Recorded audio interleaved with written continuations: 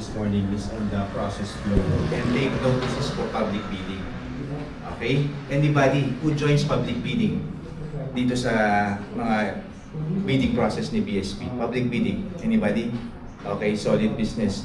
You notice earlier there were counting machines, and I understand solid business participates in the procurement for the counting machines. If you notice the counting machine, there were several counting machines. Actually, we can consolidate that already. So if you want to compete against solid business machine, I think solid business machine, they're looking forward na may kalaban. Okay? Ayaw nila sila lang mag-join eh. Gusto nila may kalaban yan. Okay? So let's start. Okay.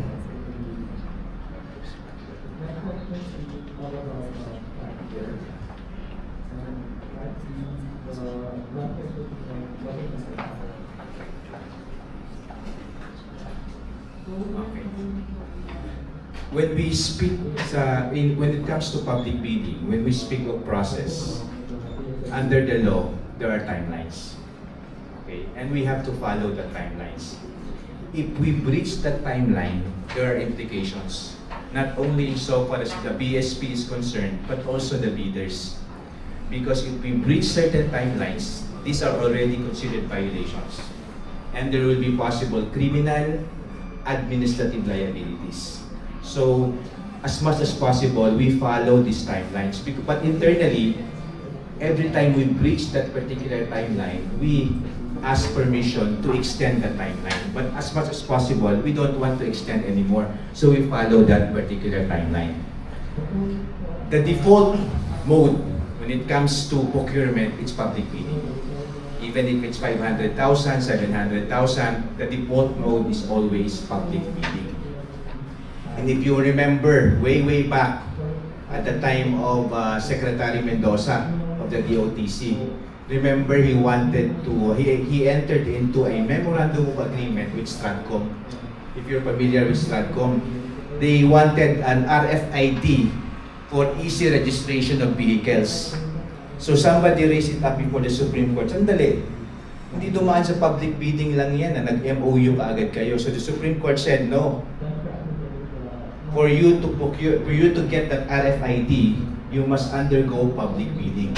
So the Supreme Court declared as null and void that memorandum of agreement with Stratcom. And when it comes to public bidding, okay, the Supreme Court said the rationale why we want a public bidding is that we want to maximize the benefits for the government. We want quality service. That's why there must be public bidding. And the Supreme Court also said in several cases, three principles or basic principles when it comes to public bidding. There must be an offer from the government, competition, and at the same time, of course, the evaluation of all the bids. Those are the principles of public bidding. That's been the decision of the Supreme Court in several cases. So, the first process flow when it comes to public bidding, we call it the pre-procurement process or pre-procurement conference. The pre-procurement conference is purely internal within BSP. So before we post that invitation to bid, we discuss first, sakto ba yung ABC? May mag-join ba yan? Dyan? Or what about the delivery period? Yung mga bidders ba mag-join, kaya nila yung delivery period na yan? May budget ba yan in the first place?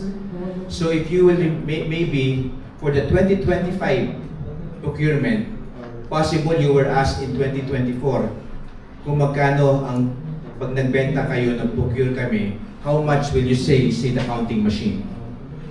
Okay? So we will use that particular canvas for our approved budget of contract, for our contract. But before that, we also ask, of course, say for instance, solid business, updated pa ba itong ABC mo, yung contract mo? So that yung i-reflect namin ni ABC, pag pinost namin yan na yung possible maka-join kayo. So the question really is for the bidders, sir, yung budget nyo, how do you consider the profit of the suppliers? And the government procurement